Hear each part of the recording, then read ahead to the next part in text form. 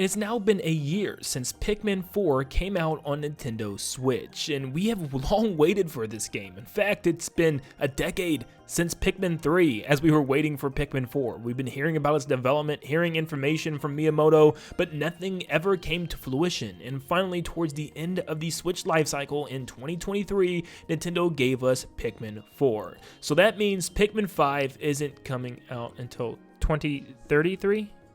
Nintendo, please don't do this again. But Pikmin 4 has sold the most copies in the entire series by far, almost at 3.5 million units, and Nintendo has already mentioned that this is a huge success for them. They know that Pikmin is still a relatively small series, and they're still trying to grow it into something a lot bigger. So Pikmin 4 clearly did its job on Nintendo Switch for fans and for newcomers alike, and at the same time, people are very eager to see what's next from the series and how it could grow even more, and I think I might know the answer. But first, I'm going to talk about where the series actually came from and what they have been doing with the series so far. So personally, I've noticed that there's been 3 major different gameplay styles for Pikmin, and not major, at the end of the day, it's still the same gameplay, but I guess I'm talking more along the lines of how the story progresses and how it influences the gameplay. For instance, Pikmin 1 was primarily based on beating the clock, searching areas that were pretty small in comparison to what we see now, but small areas, collecting everything that we possibly could before the day is up, and finishing the game before a certain set amount of days. Where Pikmin 2 kind of changed all of that and gave us a little bit more time, but also incorporated dens and caves, which allowed us to explore further and gave us even more creatures and tons of boss creatures to defeat as well, so kind of moving away from the original formula a little bit. But overall, you would still explore smaller, more condensed areas, very similar to that of Pikmin 1. But Pikmin 3 kind of changed all of this and gave us a more realistic depiction of Pikmin and actually gave us fewer areas but bigger areas to explore. And I'm talking massive terrain to allow us to explore to some very far depths of the area. This time we weren't racing against the clock to collect ship pieces, but instead collecting fruits in order to make drinks to keep us alive on the planet for a lot longer in order to explore more and find Captain Olimar. And this game also introduced triple captain gameplay, allowing us to control 3 different captains in order to better explore the terrain. So naturally, I think we all kind of expected maybe Pikmin 4 would continue making the areas even bigger and getting more open than ever before, but in fact it kind of went back to what we known and loved with Pikmin 2, and personally I love Pikmin 2. It is my favorite game in the franchise, so going back to more smaller condensed areas, caves, and more creatures and monsters to take out was really cool to me, and I actually really did enjoy this game, and it reminded me of my childhood with Pikmin 2. So going back to that was something I definitely didn't expect Nintendo to do, and it went back more to its cartoony style, but still looking great in the process. Now, the only real new difference that Pikmin 4 brought to the table was a slightly new control scheme with the way the camera was positioned behind the player constantly, but also thanks to this brand new night mode where you actually go on night expeditions with your glow Pikmin, actually incorporated some new gameplay mechanics of like a tower defense type of gameplay, and it was also really fun as well. But Pikmin 4 definitely, in my eyes, wasn't what I was expecting when waiting 10 years for a brand new title in the series. So when I think about the future of Pikmin 5 and what could happen, I really think there's 2 ways. Because of Nintendo doing this, it kind of made me rethink things, considering the fact that Pikmin 4 is also kind of a reimagining or almost a retelling of the events of Olimar. So yeah, we really don't know what's going on with the timeline currently and if this is kind of resetting everything or is this a branched timeline, but it is making me wonder what Pikmin 5 is going to pick up after, and this is what I think they could do.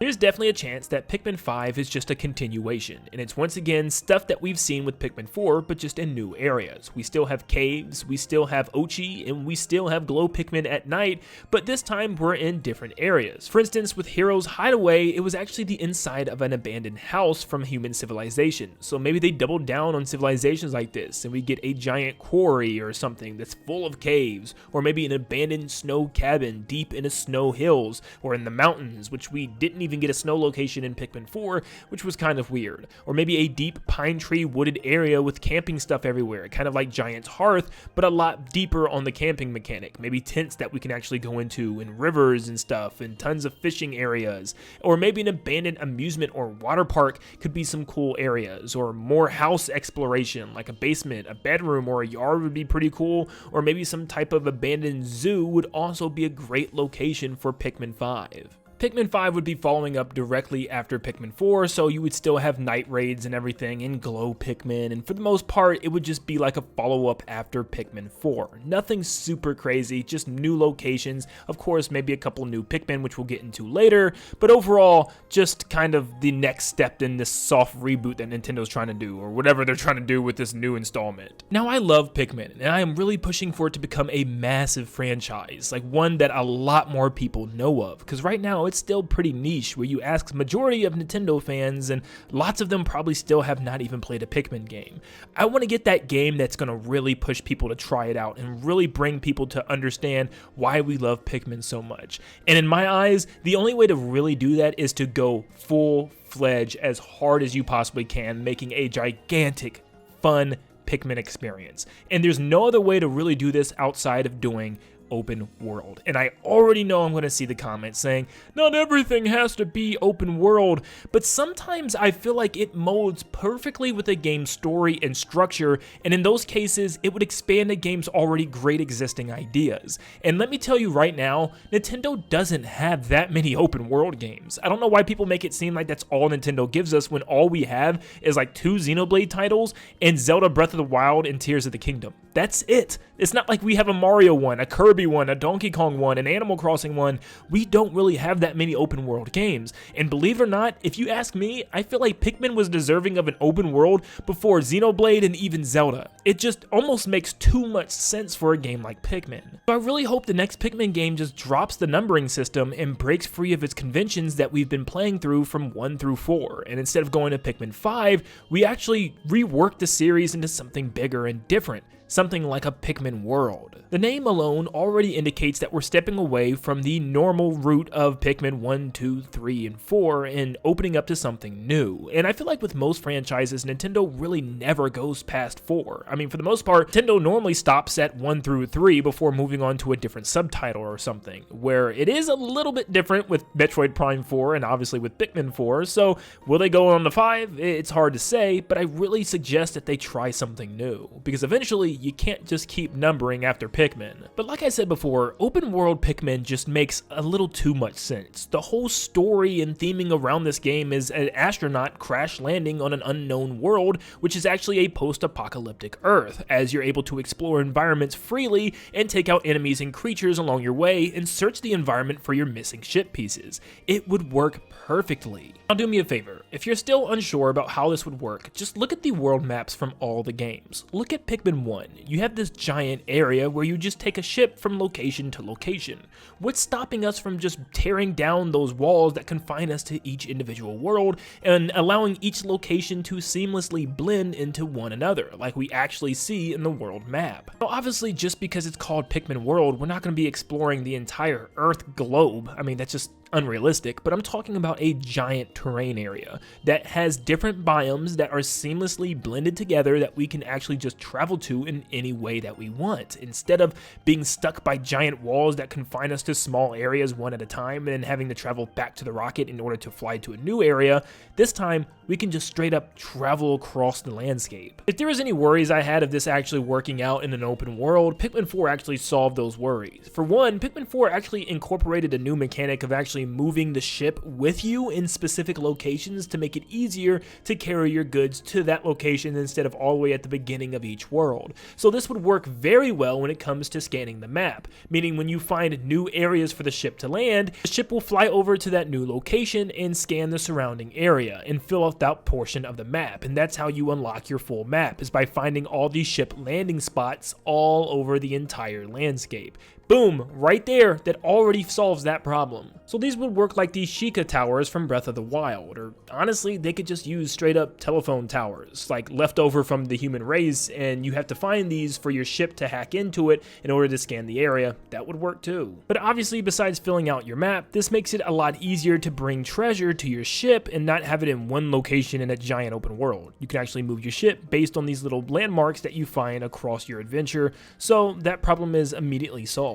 I also feel like a big problem with the series, it never feels like like there's enough to do. After you collect everything in the game, it's pretty much over. Thankfully, Pikmin 4 actually had a post-game mode where you played as Olimar through a classic style of gameplay like from Pikmin 1, where you had to beat the game in a set amount of days. Now, that was pretty cool, but I still wish there was more to do in the actual world. And Pikmin 3 kind of led to what they could be doing in the future, where collecting data files was more of the extra thing that you could do. I wish there was some type of data files or scans kind of close to Metroid Prime, where it actually teaches you more about their environment, or leads to, more deep lore about the franchise, about actually what happened on this Earth, and maybe some more deep lore about the creatures and how they became the way they are and how they evolved to the position that they're in.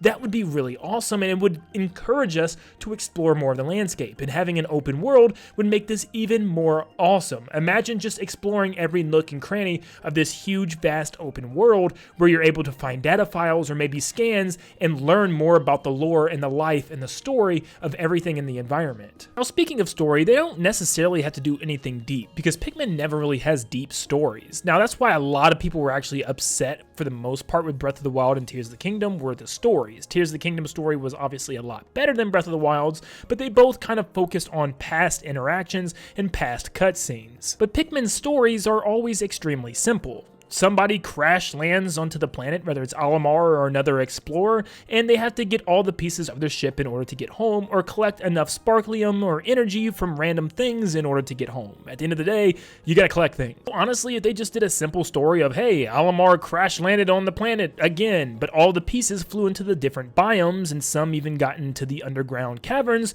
that would be good enough, and honestly, we wouldn't need much else. Any excess story could be told through data logs or the environment itself, and that's normally what Nintendo likes to do, and it's what they did with Breath of the Wild. One of my favorite parts, in my opinion, about Pikmin is the creatures, and especially the boss creatures. Is coming up onto something gigantic or something crazy was always satisfying. Now, Pikmin 3 definitely had bigger creatures, larger than life foes to take down, but that led to us having less boss battles in that game, so a combination would be great. Lots of simplistic overworld bosses that you could find walking around and stomping around, and you can fight them if you want, or you can choose to move on until you get a strong enough team.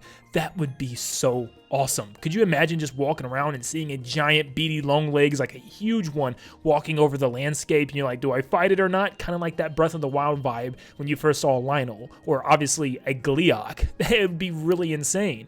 And also, the big bosses could be saved for the actual ship pieces. They're hidden within these bosses because they ate them or something, and you have to use your radar in order to track them down, whether they're far down in caves or deep in the mountain ranges of another biome. Seeing big and small creatures walk around the environment is something that I would live for. I mean, oh my goodness, it's just that shock value and that, interconnected environment of the world, seeing all of these animals and creatures all thrive and live off of one another. Maybe seeing the bigger creatures hunt the smaller ones too. It would be one giant ecosystem that would be a blast to run around in.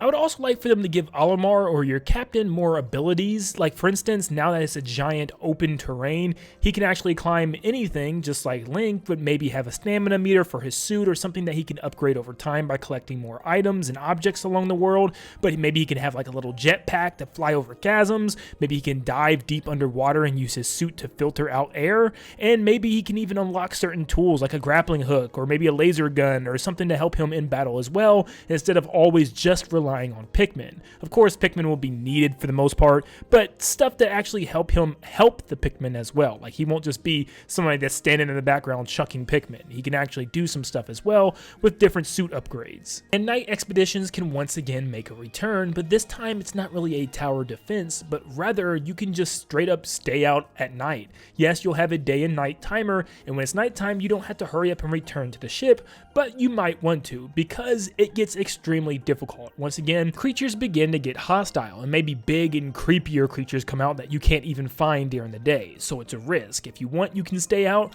but if you're afraid of losing Pikmin, or maybe even getting your astronaut hurt and losing all your gear for that day, you might want to hurry up and return, because that's when things get really dangerous. So it's really just up to the player. You don't have to return to your ship at night, but if you want to return to your ship and fast forward time to the morning, you definitely can do so. Of course, with the new Pikmin game, you have to have new Pikmin, right?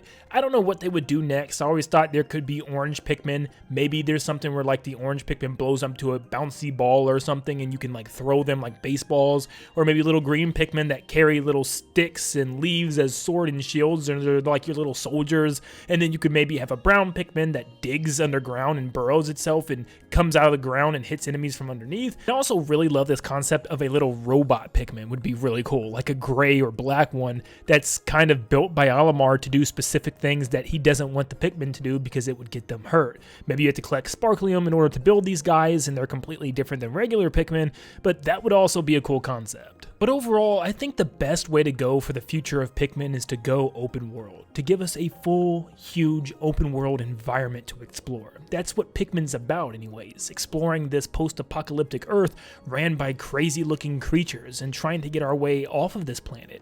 This is really what I would want to see for the future of the franchise, and I feel like it's finally time to take that extra step, to really get a general audience interested in Pikmin now instead of just Pikmin fans. To get everybody curious about this franchise, I feel like that's where they need to go. They need to have their Breath of the Wild moment, and I feel like Pikmin out of any other IP is most deserving of an open world like this. But definitely let me know in the comments down below what you think about this idea. What would you want to see for Pikmin 5 or the future of Pikmin, whatever it's going to be called? Make sure you leave a like and subscribe to stay up to date on all things Pikmin and Nintendo in general, and like always, I'll see you all on the next one.